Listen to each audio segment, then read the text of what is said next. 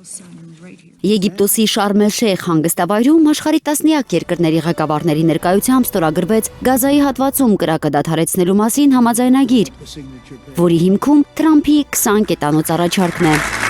Կանաչ թղթապանակի պարունակությունը հայտնի չէ, սակայն ֆոտոլրագրողներից մեկը ֆիքսել է ստորագրված հռչակագրի վերջին էջը։ Ըստ CNN-ի, փաստաթղթի վերջին էջի առաջին պարբերությունում գրված է.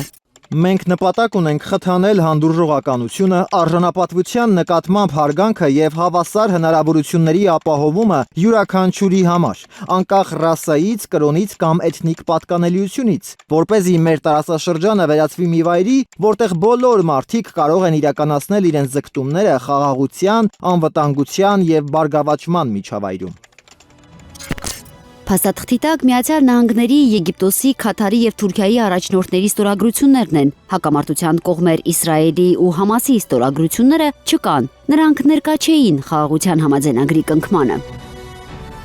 Նեթանյահուն շնորհակալություն է հայտնել Թրամփին Եգիպտոսում խաղաղության գագաթնաժողովին մասնակցելու հրավերի համար, սակայն հայտարարել է, որ չի կարողանա մասնակցել դրան կապված հրեական Սիմհաթ Թորա տոնի Տորայի ընթերցման հետ։ Ըստ CNN Թուրքի, պատճառը Էրդողանն էր։ Թուրքիայի նախագահը հրաժարվել է վայրէջք կատարել Եգիպտոսում խաղաղության գագաթնաժողովին Նեթանյահուի մասնակցության պատճառով։ Ինքնաթիռը մի քանի շրջան է կատարել Կարմիր ծովի վրայով եւ վայրէջք է կատարել միայն, երբ Նեթանյահուի մասնակցությունը չեղարկվել է։ Առանց գլխավոր դերակատարների էլ Միացյալ Նահանգների նախագահը պնդում է, որ Մերձավոր Արևելքում խաղաղություն է հաստատվել։ Միասին մենք հասանք մի բանի, ինչը բոլորն անհնար էին համարում։ Վերջապես Մերձավոր Արևելքում խաղաղություն հաստատվեց։ Խաղաղություն Մերձավոր Արևելքում։ Այս պարզ արտահայտությունը մենք լսում էինք տարիներ շարունակ, բայց ոչ մեկը չէր կարծում, որ այն երբևէ կլինի։ Եգիպտոսի նախագահ Աբդել Ֆաթահ ալ-Սիսին պաղեստինցիների իրավունքների մասին է խոսել։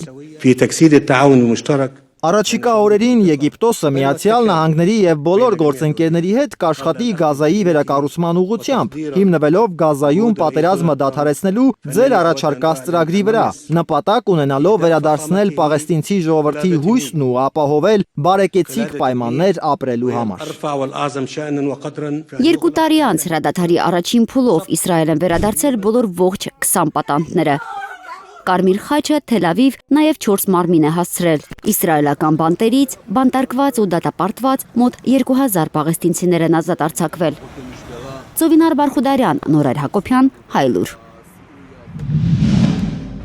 Հայաստանում ու աշխարհում տեղի ունեցող իրադարձությունների մասին առաջինն իմանալու համար բաժանորդագրվեք մեր ալիքին, սեղմեք զանգակը, որ բաց չթողնեք ամենահրատապը, կարևորն ու հետաքրքիրը։